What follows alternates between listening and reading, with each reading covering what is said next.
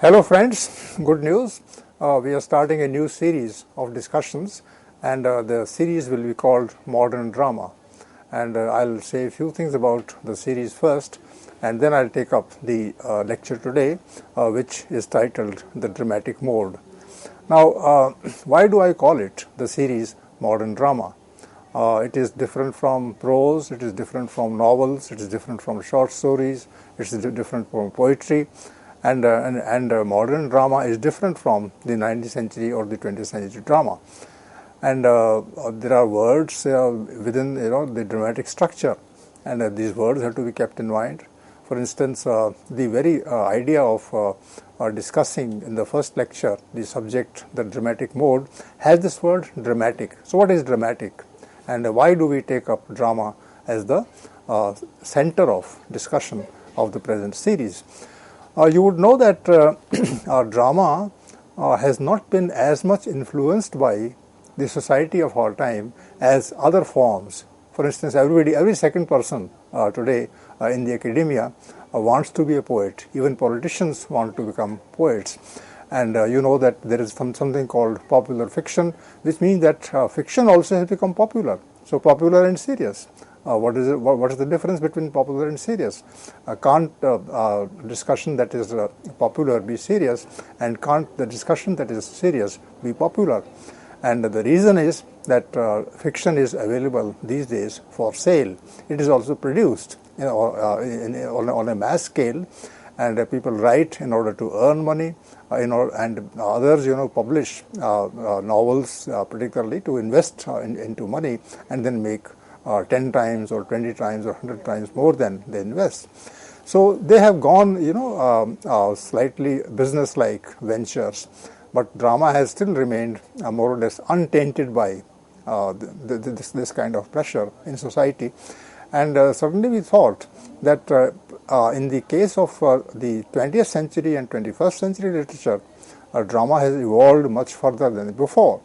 In English literature, for instance, drama was prominent only in the late 16th and early 17th centuries, and then it declined. There was a kind of drama in the late 17th century also, but in the 18th century, there was a kind of desert. Just a few dramatic writers of drama. Otherwise, it was all poetry or fiction. In the 19th century also, drama had taken the back seat, and in the 20th century, one wonders why. Drama became the dominant mode of expression. Even poets started writing plays. You have the examples of, for instance, W.B. Yeats. You have the example of T.S. Eliot and other poets, W.H. Auden, writing poetry as well as drama. So why is it that in the 20th century, drama became much more popular than before, and that popularity of drama continues through that century to the present one?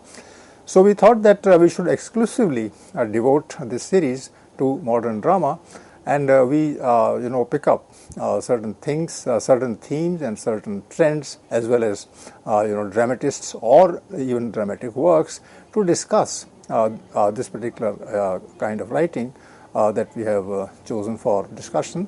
And for that, we thought of building up a whole series called Modern Drama. So under this series, I'll begin with the dramatic mode, and I'd like to explain to you briefly what is the mode and what is the dramatic mode.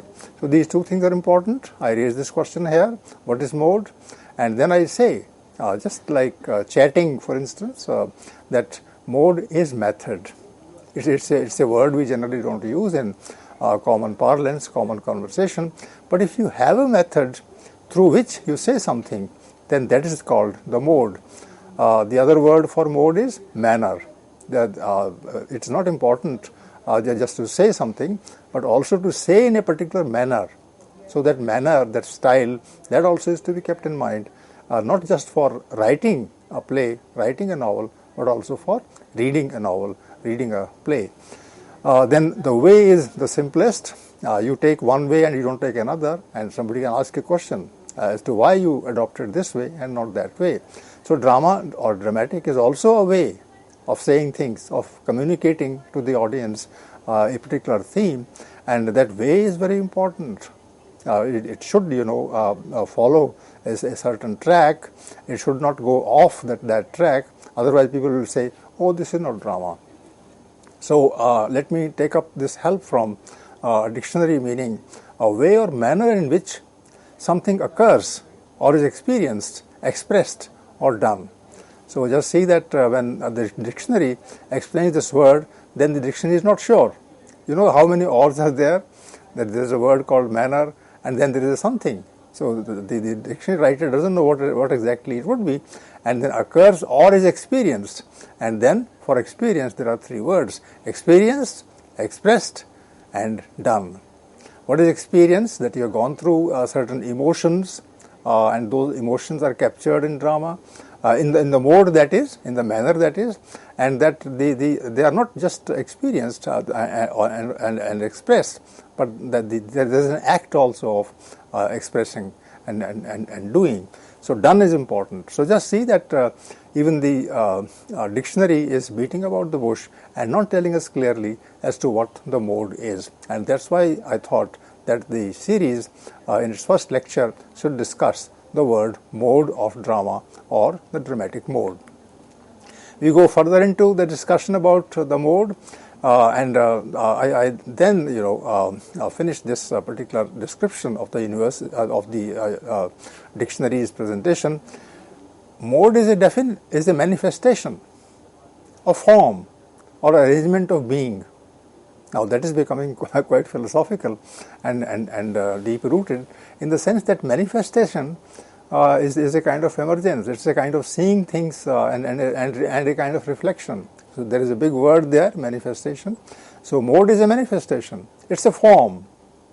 Form, once again, the form can have a beginning, form can have an end, form can have a middle, form can be the upper layer, form can be the lower layer.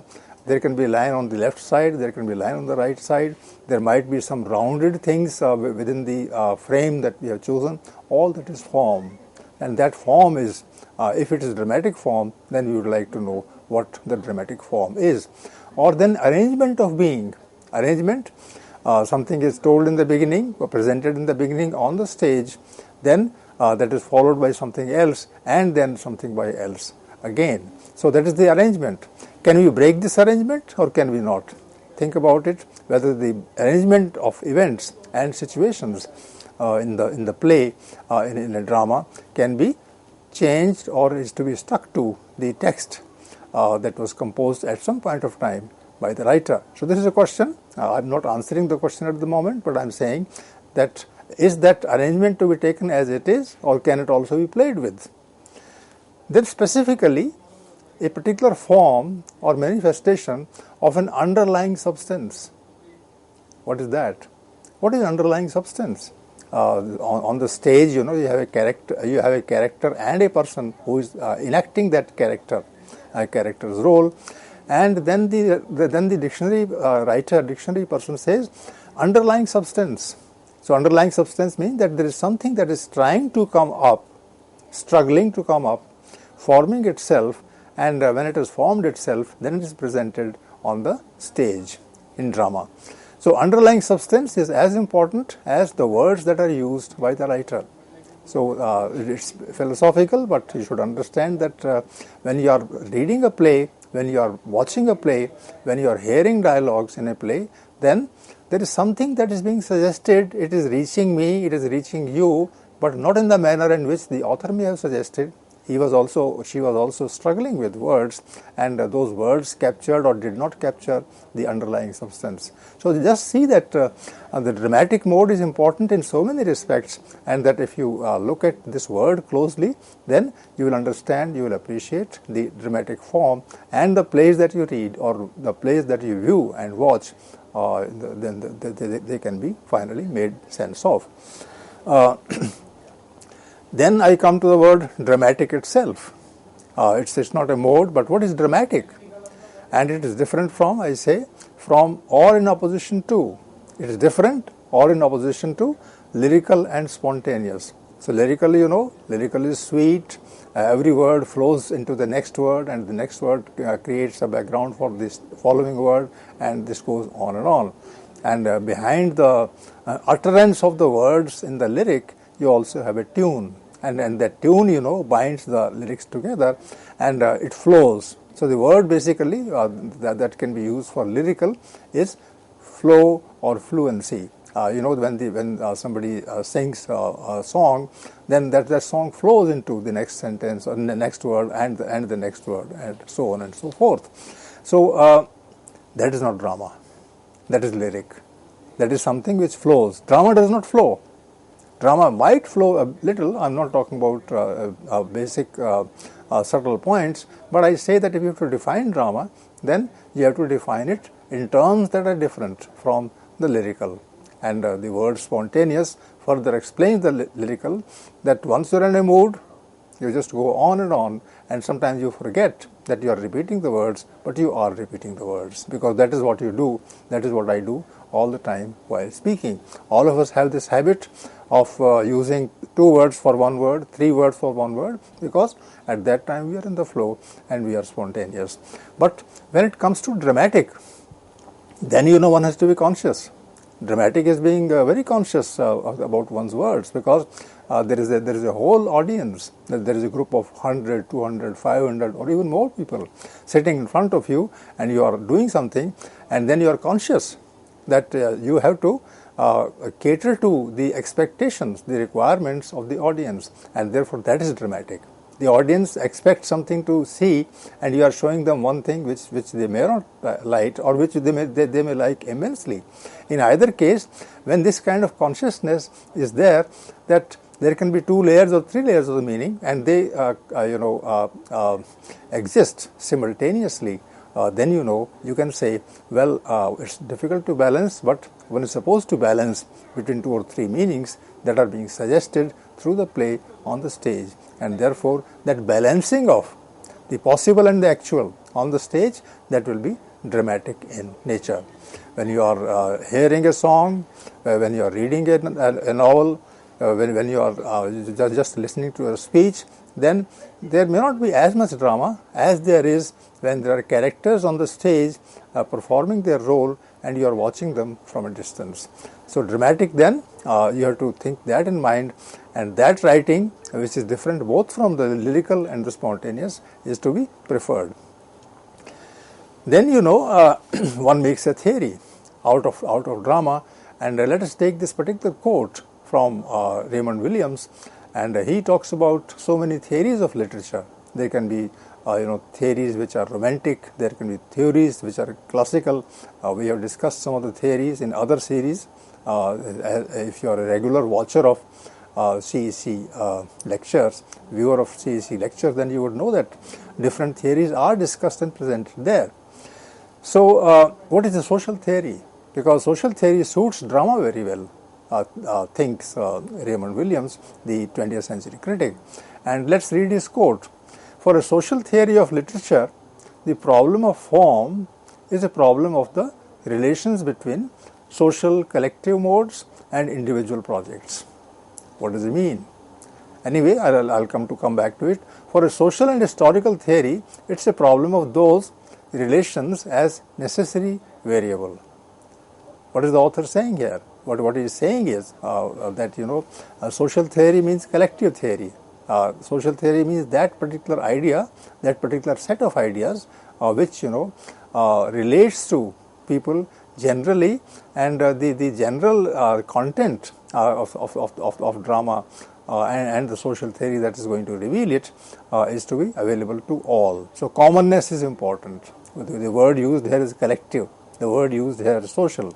So social means that there must be certain relations in society, and those relations are captured and they are presented, and since it's not individual, it is social, therefore it has to be drama-like. So that's the social theory, and social theory suits the purpose of explanation of drama very well.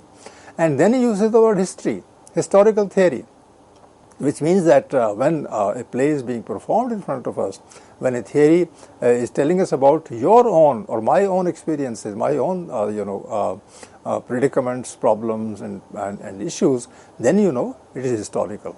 So I'm living in history. You are all living in history. You are surrounded by a history of which you are a part yourself. you are making that history yourself. I am making that history myself by my actions, by my opinions, by the attitudes that I adopt, and things like that. If you have lived, for instance, consciously in the last 10 years, then you know that 10 years before and today there is a gap, and there is a kind of unity also, and that is a historical unity. That was a historical gap. So society, commonness, and historical, that it belongs to time. It belongs to your time. So a theory that takes in cognizance the social aspect and the historical aspect, that will be doing justice to the idea of drama, because drama is rooted in society and drama is rooted in history much more than other forms of literature, other modes of literature do. So it's a problem of those relations as necessary variable. So those relations in society which exist, the relation between one person and another, the relation between, let's say, a mother-in-law and a daughter-in-law, the relation between a son and a father, relationship between a colleague and another colleague, relationship between a boss and a servant, all these relations will be of interest for drama, and they vary. They become different with time. The way yesterday mother-in-law behaved, today she doesn't behave. And the same holds true for the daughter-in-law and son. When the son is mature and then the father is old, then the son assumes all the authority, all the rights, and then the father is pushed into the background. So that's a variable, and these variables are actually the content of drama in that sense, and the theory, which is social theory for Raymond Williams, which will be applied to drama. For a social and historical theory based on materiality of cultural production, that's a beautiful expression by Raymond Williams. And just see, a social and historical theory based on materiality of cultural production. That's an important phrase. What is materiality? Materiality is that which is different from just ideas. So the thing is there. It is tangible. You can touch it. If you talk about inequality in society between the owner and the slave, then that it's a material kind of a thing. So the owner sits in front of you and you start shivering, you start trembling with fear. You have all the time apprehension. You feel insecure. That insecurity that is there in a society, which is a society of relationships, that is materiality. That is not just you shut your eyes and it's not there. Whether you shut your eyes or you keep your eyes open, and if you are there, even if you are not there, then this thing impinges on you, presses on you in a manner as if it's a dead weight or a heavy weight in any case. And it's a problem of the description of these variable relations within specific material practices. So what is meant here by Raymond Williams in the case of this dramatic mode is that drama takes up, even theoretically speaking, relations which are variable, they change from time to time, and that's why drama is important as a literary activity, as a literary performance. So this has to be kept in mind, and you should look at these all words carefully, because the critics are grappling with what exactly is the dramatic mode and how dramatic mode bears the burden of its own time. The burden is of relations that exist in society, and the burden is variable. The burden that existed 10 years ago has now changed. It's a different kind of a burden. There was a time in the 20th century, let's say 1920s and 30s, when Britishers were here as the colonial power and we were here as subjects and a colony. Then there was one kind of pressure. We were angry at that time. We were being exploited day in and day out by the British presence. They ruled us as their slaves, and there was a kind of anger that was building up in the 1920s and 30s, and generally that anger could be felt by all the people. And then comes independence in 1947, and after that you can see that there is some kind of optimism all the time. So from the anger to optimism, and from optimism to more questions in the 70s and 80s, and today, that is how time changes. That's how time develops, and writing takes care of this and puts it particularly in the dramatic form, in order to compel people to think.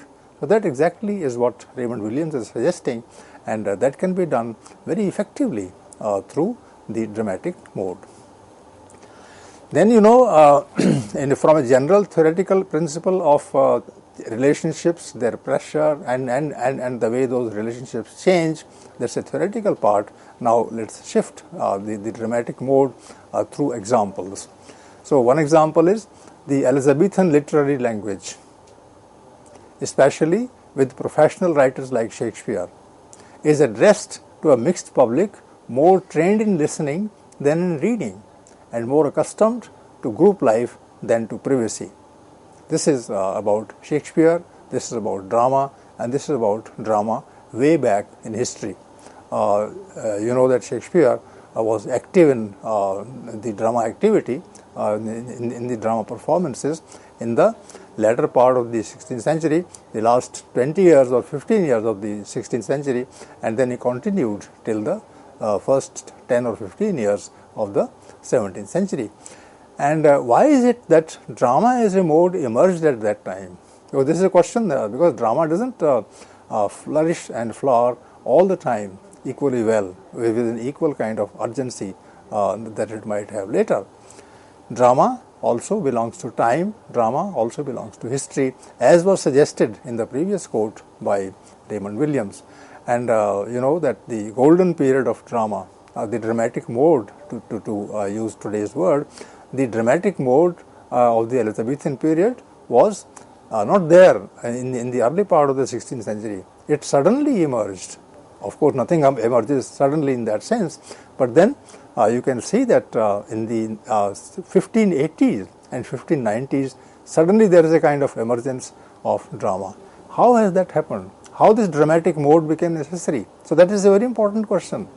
That mode, is a formation by society, is a formation by historical phase, and these modes change from time to time. So the late 16th and early 17th centuries are centuries that are compelling writers to write in a particular manner, and that manner, I used the word manner earlier, the way and the kind of manifestation that was done, that was dramatic. So I hope with this example you will understand this better, that drama in the 16th century and later and the first half or the first 20-30 years of the 17th century, that drama actually was compelled to emerge by certain forces at that time, and that we have to identify those forces, and if we do so successfully, then we know that drama is this. And when these things are not there, then we say that some other form has emerged, another mode has emerged, and that mode is not like drama. So which are these words that compel us to think about the dramatic mode in the 16th century? And just see the references here to Shakespeare. He is called a professional writer. Professional writer. He all the time is involved in the activity of writing plays or presenting plays or rehearsing and arranging money and all those things. So his entire life, it's his job. Shakespeare's job is to write plays, to stage the plays, to contact the actors, to put them together in the evening, then to sell the tickets, take the money, and with that money they survive, and the next day is the same, and that goes on till Shakespeare is active. That is what is called professional writer and professional work. And then this language that was there at that time, you can't see that language in the 15th century. You can't see that language in the 20th century. That language is specific to England in the latter part of the 16th century. So it's a mixed public in England at that point of time. The public is not merely the upper class. The public is not merely the middle class. The merchants who are becoming active at that time, or the villagers who come from far off places in England, and they come to the cities for their general work. They are selling and buying, and that mixed public That is not there earlier in the 20th century. That may not be there in that form later. But when the mixed public came, then they wanted some kind of entertainment. And for that entertainment, poetry would not suffice. Other forms would not suffice. So a new kind of literature became important then. And then, there was illiteracy in England. Everybody could not read and write. Everybody could not speak directly. So they listened. So listening was important. The poor people would come to London. They wouldn't have what to say, but they were definitely listening. So the listening public then was there in England, and they listened to the speeches made by characters on the stage. And finally, it was a group life than a private life. And drama definitely, as a mode, exists for groups. It doesn't exist for privacy. If you sit at home and read a play, then that play is different from when you prepare yourself to go out, buy a ticket, watch a play, come out of the house and of the theater, and then you discuss. So it's a social activity, and the social activity is the crux of the dramatic mode. If that is not there, then drama cannot exist. So what I have said in this particular discussion is that there is a mode, there is a kind of writing, and that kind of writing is to be understood theoretically as well as in its historical and social perspectives, and that there is the example of specific necessities and compulsions in the Elizabethan England when people wanted to listen. They did not want to speak, and that they wanted to get together and talk, and that is what was offered by the dramatic mode at that time. I hope you have understood the argument that I am making, and it will continue in the next discussion. Till then, one has to wait, and thank you.